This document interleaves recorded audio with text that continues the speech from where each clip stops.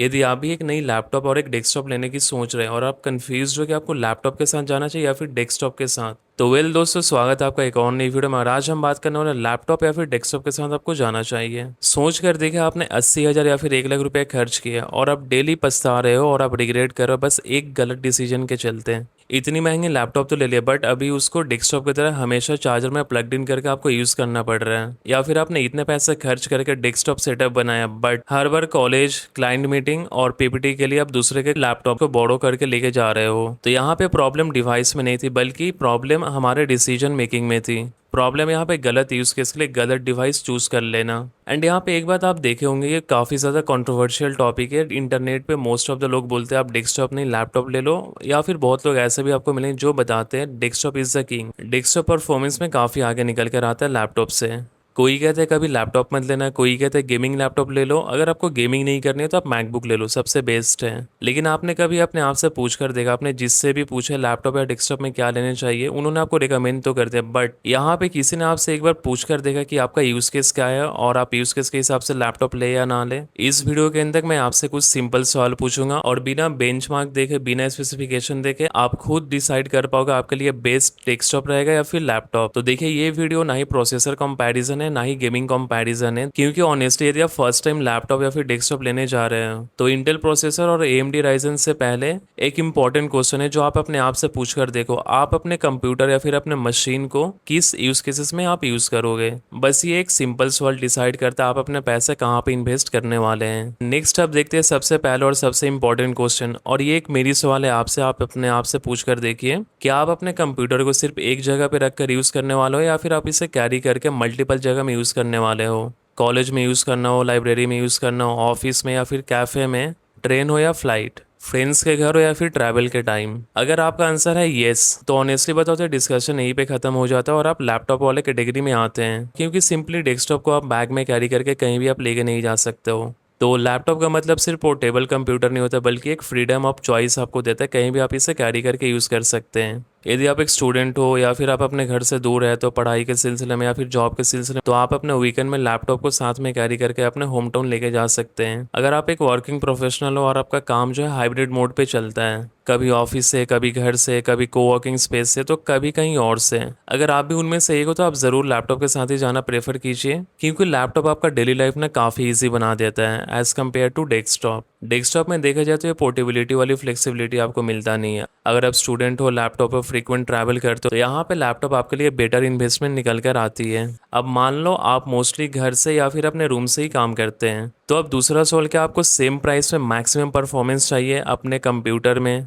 तो इस use case में डेस्कटॉप में इन्वेस्टमेंट करना ज़्यादा अच्छी ऑप्शन निकल कर आती है आपके लिए। फॉर एग्जाम्पल 70,000 का लैपटॉप और 70,000 का डेस्कटॉप, दोनों में बहुत ज़्यादा ही फ़र्क आपको परफॉर्मेंस में देखने को मिलेगी। डेस्कटॉप हमेशा लैपटॉप से ज़्यादा पावरफुल निकल कर आएगा, क्योंकि डेस्कटॉप के अंदर स्पेसेस बहुत ज़्यादा होती है, कूलिंग बेटर होती है, लार्ज फैंस होती है, जिसके चलते यहाँ पे परफॉर्मेंस आपको पिक पे रहती है। लेकिन लैपटॉप में लिमिटेशन होती है, जैसे लैपटॉप हीट होने स्टार्ट होती है परफॉर्मेंस ऑटोमेटिकली रिड्यूस हो जाती है, सो डैट लैपटॉप अपने आप को कूल कर पाए, जिसके चलते आपको लैपटॉप में डेस्कटॉप की तरह परफॉर्मेंस नहीं मिलती है। इसलिए अगर आप 4K में वीडियो एडिटिंग करते हैं, लाइव यूट्यूब गेमिंग करते हैं, या फिर आप 3D रेंडरिंग और AI मॉडल रन करने के लिए मशीन ले रहे हो, तो यहाँ पे डेस्कटॉप क्लियरली बेटर चॉइस है। और सिर्फ परफॉर्मेंस ही नहीं, डेस्कटॉप में नॉइज भी कम होती है एज कम्पेयर टू लैपटॉप, क्योंकि लैपटॉप में आपने नोटिस किए होंगे जैसे लैपटॉप ज़्यादा हीट होती है तो कूलिंग फैन जो होते हैं वो भी काफ़ी ज़्यादा शोर करने स्टार्ट करती है। तो डेस्कटॉप यहाँ पे जनरली कूल और ज़्यादा क्वाइट रहता है, इसमें आपको फ़ैन की नॉइस बहुत कम आती है।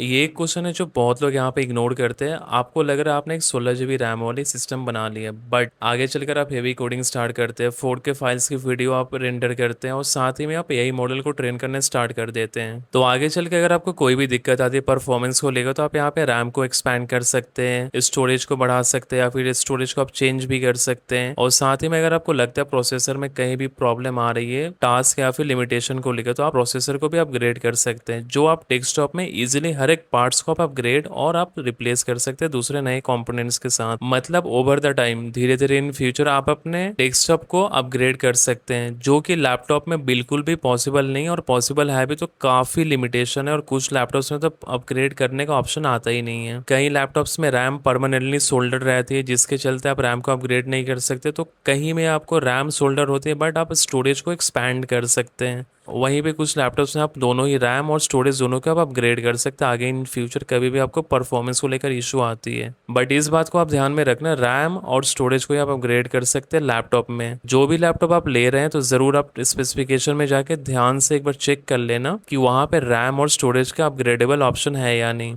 तो यहाँ पे आप लैपटॉप में ग्राफिक्स कार्ड या फिर प्रोसेसर को आप अपग्रेड नहीं कर सकते हैं। और लैपटॉप में यदि कोई पार्ट्स ख़राब हो जाता है तो उसके चार्जेस भी काफ़ी एक्सपेंसिव होते हैं as compare to desktop. Desktop का एक और प्रैक्टिकल बेनिफिट है, अगर मॉनिटर ख़राब हो गया तो आप इजीली नई मॉनिटर लाके उसे आप रिप्लेस कर सकते हैं, जो कि काफ़ी सस्ते में आपको मिल जाते हैं ऑनलाइन अमेजन पे। लेकिन अगर लैपटॉप की डिस्प्ले ख़राब हो गई तो आप मान के चलो आपको काफ़ी ज़्यादा लंबी चौड़ी बिल आने वाली है। अब एक और मिस्टेक जो बिगिनर करते हैं, एक सीपीयू का प्राइस देकर वो सोच बैठते हैं यही मेरी कंप्लीट डेस्कटॉप है। आप सोचते हो सस्ता, लेकिन रुक जाओ, यहाँ पे आपको monitor, keyboard, processor, graphics card, cabinet, cooling fan, power supply, UPS, तो बहुत सारे आपको एडिशनल कॉस्ट और कंपोनेंट को ऐड कर पूरा पीसी या फिर डेस्कटॉप बिल्ड करते हैं। तो सडनली आप रियलाइज करते हैं 30,000 वाली प्रोसेसर 70,000 में बदल गई। वहीं पे लैपटॉप बस आपको अनबॉक्स करना है, पावर ऑन करके चार्ज में लगाकर आपको यूज़ कर लेना है। ये काफ़ी ईजी हो जाता है और कन्वीनियंट रहता है आपको यूज़ केसेस के लिए। यही वजह है कि लोग लैपटॉप को वैल्यू फॉर मनी बोलते हैं, जिससे आप कहीं भी यूज़ कर सकते हो और कहीं भी आप लेकर कैरी करके जा सकते हैं। भले लैपटॉप में परफॉर्मेंस आपको कम मिलती है, but actually most of the काम आप इजीली कर सकते हैं लैपटॉप के थ्रू। अब बात करते हैं प्रैक्टिकल चीज़ पे, जो काफ़ी सारे लोग अवॉइड कर देते हैं एक डेस्कटॉप बिल्ड करते वक्त। देखिए, हर किसी के पास डेडिकेटेड रूम नहीं होता और ना ही डेडिकेटेड स्टडी रूम होता है। तो यदि आपके पास स्पेस का इशू है तो यहाँ पे आप लैपटॉप के साथ ही जाए, क्योंकि लैपटॉप को ना बेड पे भी यूज़ कर सकते हैं, टेबल पे भी यूज़ कर सकते हैं, डाइनिंग टेबल पे भी यूज़ कर सकते हैं, जो कि डेस्कटॉप के साथ ये पॉसिबल नहीं है, क्योंकि डेस्कटॉप के लिए आपको प्रॉपर एक सेटअप और एक प्रॉपर स्पेस चाहिए होता है उसे यूज़ करने के लिए। और अगर हर 6 महीने में आप रूम चेंज करते हो, फ्लैट चेंज करते हो या फिर आप ट्रैवल करते हो, तो यहाँ पे डेस्कटॉप आपके लिए वर्थ नहीं है, क्योंकि डेस्कटॉप को शिफ्ट करना भी ना काफ़ी ज़्यादा एक चैलेंजिंग टास्क है। पावर कट होती है, डेस्कटॉप तुरंत ऑफ हो जाती है इन केस अगर आपके पास यूपीएस नहीं है तो। वहीं पे लैपटॉप में बैटरी होने के चलते आप अपने काम को कंटिन्यू रख सकते हैं। अब सोच कर देखो, आप एक इंपॉर्टेंट मीटिंग में बैठे हो या फिर आप अपने जॉब के इंटरव्यू में बैठे हो और अचानक से आपके घर में पावर कट होती है और डेस्कटॉप वहीं पे शट डाउन। तो यदि आप एक डेस्कटॉप यूज़र है तो ज़रूर यूपीएस आप बैकअप के तौर पे रखकर यूज़ करें। डेस्कटॉप को मेंटेन करना काफ़ी इजी होता है। सीपीयू में कोई भी डस्ट वाली प्रॉब्लम है, सीपीयू खोल कर आप उसे आप क्लीन कर सकते हैं। फैन में प्रॉब्लम है कि फ़ैन को आप इजीली रिप्लेस कर सकते हैं। ग्राफिक्स कार्ड में इशू आ रही, ग्राफिक्स कार्ड को आप अपग्रेड कर सकते हैं। तो कंपोनेंट को चेंज करके आपका काम हो जाता है। बट लैपटॉप में अगर मदरबोर्ड का इशू आ गया तो रिपेयर चार्जेस काफ़ी ज़्यादा एक्सपेंसिव होती है और साथ में बैटरी भी 3 से 5 साल के बीच आपको एक बार चेंज करना ही पड़ता है। तो यहाँ पे डेस्कटॉप को मेंटेन करना और पोस्ट रिपेयर चार्जेस जो होते हैं काफ़ी ज़्यादा कम होते हैं एज़ कम्पेयर टू लैपटॉप। यहाँ पे कुछ लोग सबसे बड़ी मिस्टेक ये करते हैं, कंपेयर करके लैपटॉप या फिर डेस्कटॉप को परचेज करना। याद रखना, कॉलेज गोइंग स्टूडेंट हो, ऑफिस गोइंग हो, ट्रैवल आप ज़्यादा करते हो और साथ ही में आपको फ्लेक्सिबिलिटी चाहिए और पोर्टेबिलिटी भी, तो यहाँ पे लैपटॉप आपके लिए बेस्ट ऑप्शन निकल कर आता है। आपको मैक्सिमम परफॉर्मेंस चाहिए, गेमिंग करते हैं, रेंडरिंग करते हैं और साथ ही में एआई मॉडल को ट्रेन करते हैं, घर बैठे सब कुछ कर रहे हैं, तो यहाँ पे आपके लिए डेस्कटॉप एक ज़्यादा अच्छी चॉइस बनाती है। अगर आप उनमें से एक ऐसे यूज़र है जो आपको दोनों का ही कॉम्बिनेशन चाहिए, तो यहाँ पे आप एक पावरफुल लैपटॉप ले सकते हैं और साथ ही में आप एक्सटर्नल मॉनिटर, माउस और कीबोर्ड ऐड करके आप उसे एज डेस्कटॉप जैसे यूज कर सकते हैं। बट यहाँ पे आपको ऑलमोस्ट डेस्कटॉप जैसी परफॉर्मेंस मिल जाएगी और साथ ही में पोर्टेबिलिटी वाली फीचर। तो दोस्तों, करते हैं इस वीडियो को यहीं पे एंड। अगर आपको इस वीडियो से कंफ्यूजन क्लियर हो तो जरूर आप इस वीडियो को लाइक कीजिए। तो आप अपने दोस्तों के साथ जरूर शेयर करें जो फर्स्ट टाइम लैपटॉप या फिर डेस्कटॉप परचेज करने वाले हैं, और आप कमेंट करके जरूर बताना आप डेस्कटॉप वाले टीम से थे या फिर लैपटॉप वाले टीम से।